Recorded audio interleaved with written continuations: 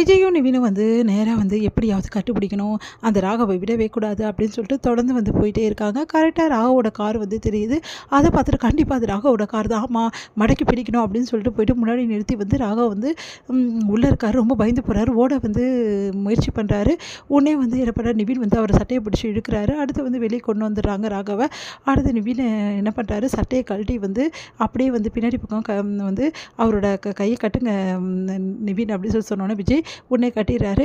அடுத்து வந்து அவனை இப்படி விடுங்க அப்படின்னு ரோட்டில் போட்டு நிவினை போட்டு 2 பேரும் பொழந்து கட்டுறாங்க. சரியான அடி அடிக்கிறாங்க.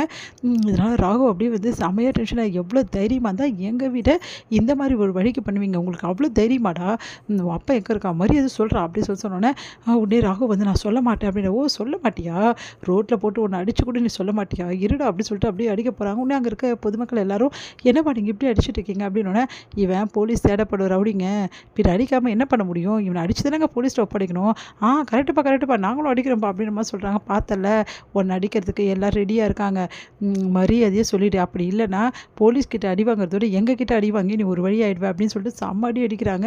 இவ்வளோ தெரியுமாடா உங்களுக்கு, எங்கள் வீட்டில் வந்து இந்த மாதிரி பிரச்சனை பண்ணிகிட்டு இருக்கேன், உங்கள் அப்பனை வர சொல்கிறான், அவனுக்கு இருக்குடா, உங்கள் 2 பேருமே பிடிச்சி போலீஸில் பிடிச்சி கொடுத்தா எனக்கு நிம்மதி அப்படின்னு சொல்லிட்டு விஜய் சொல்லிட்டு இருக்காரு.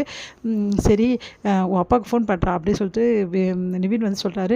நான் ஃபோன் பண்ண மாட்டேன், இப்போ நீ ஃபோன் பண்ண இல்லைன்னா என்ன நடக்கும் தெரியுமா அப்படின்னு சொல்லிட்டு இன்னும் போட்டு அடிக்கிறாங்க. வேறு வழி இல்லாமல் வந்து என்ன பண்ணார், ராகு வந்து ஃபோன் பண்ணுறாரு அவரோட அப்பாவுக்கு.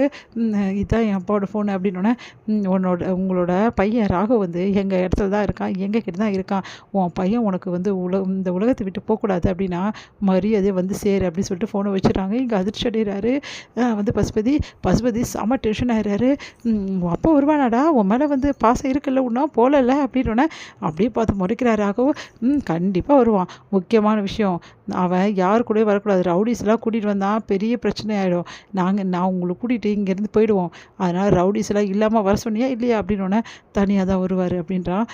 உடனே வந்து ஓ அப்படியா சரி அப்படின்னோடனே அடுத்து வந்து கொஞ்ச நேரத்துலேயே வந்து ஏன்டா எப்படா ஸ்கெட்சு போட்டு இப்படிலாம் பண்ணிகிட்ருக்கீங்க, நீங்கள் என்ன நினச்சிட்டு இருக்கீங்க, எங்கள் வீடை அடித்து உடச்சிட்டா இல்லை எங்கள் குடும்பத்தை வந்து இந்த மாதிரி வந்து பண்ணிட்டா நாங்கள் உங்களை சும்மா விட்டுருவோம்னு நினச்சிட்டு இருக்கியா, அதோட உங்கள் பேச்சுக்கே நாங்கள் வரமாட்டோம்னு நினச்சிட்டு இருக்கேன், பார்த்தல உன்னை எப்படி அலைக்காத்துக்கிட்டு வந்து உட்கார வச்சோன்னே, என் அப்பா வரட்டும் அப்புறமா உங்களுக்கெல்லாம் இருக்குது, ஏன்டா உங்கள் அப்பா வந்தால் என்ன உன் அப்பா வந்தால் எங்களால் ஒன்றும் பண்ண முடியாதுடா, உன் அப்பாவுக்கு வச்சுருக்கோண்டா ஸ்கெட்சு அப்படின்னோடனே அப்படியே வந்து நேராக வந்து கார் வந்து நிற்கிது.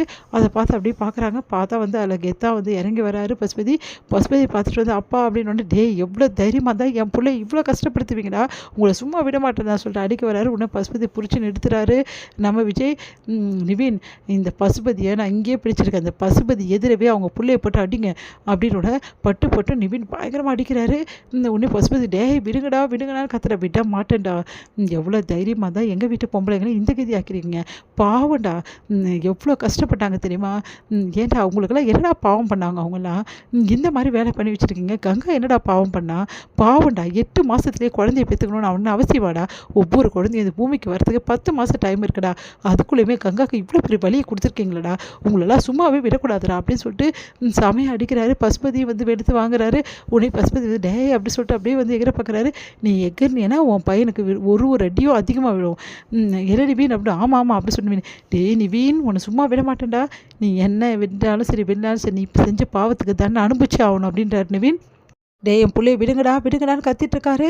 உடனே விட மாட்டேங்கிறாங்க. டேய் விடுங்கடா அப்படின்னு சொல்லிட்டு பயங்கரமாக கத்துறாரு பசுபதி. உடனே வந்து என்னடா ரொம்ப தான் சொல்கிறேன், பாருங்கடா பையனை விட்டுருங்க அவ்வளோதான் சொல்லிட்டேன் அப்படின்னு, என்ன பண்ணுவேன் விடலண்ணா அப்படின்றாங்க. நான் என்ன வேணாலும் பண்ணுவேன்டா, என்ன பண்ணுவேன், இப்போ உன்னை அரெஸ்ட் பண்ண போலீஸ் வந்துட்டு இருக்குது, 2 பேரையும் கூண்டோடு உள்ளே போட போகுது. என்னது போலீஸ், ஆமாம் போலீஸ் உங்களை 2 பேர் தேடுதில்ல, இப்போ கொஞ்சம் இடத்துல வந்துடும், உங்கள் 2 பேரையும் உள்ளே தள்ளுறதுக்கு தான் இது ஏற்பாடு. உன்னையும் அது அவங்க நிற்கிறானே உன் புள்ள, இவங்க 2 பேரையும் போயிட்டு மாமியார் வீட்டில் கறி சாப்பிடுங்க அப்படின்னு சொன்னோன்னே, என் பிள்ளைய விடுங்கடா, விட முடியாதுடா, என்னடா பண்ணுவேன், நீங்கள் விட்டு தான் ஆகணும், அப்படி விளையாடலாம் அந்த டெய்லர் பையனை இப்போவே நான் ஏதாவது பண்ண சொல்லிடுவேன். டெய்லர் பையனா என்ன சொல்கிற நீ அப்படின்னோடனே, ஆமாடா அவன் என் பிடியில் தான் இருக்கான் அப்படின்னோடனே அதிர்ச்சி அடைகிறாங்க எல்லாரும்.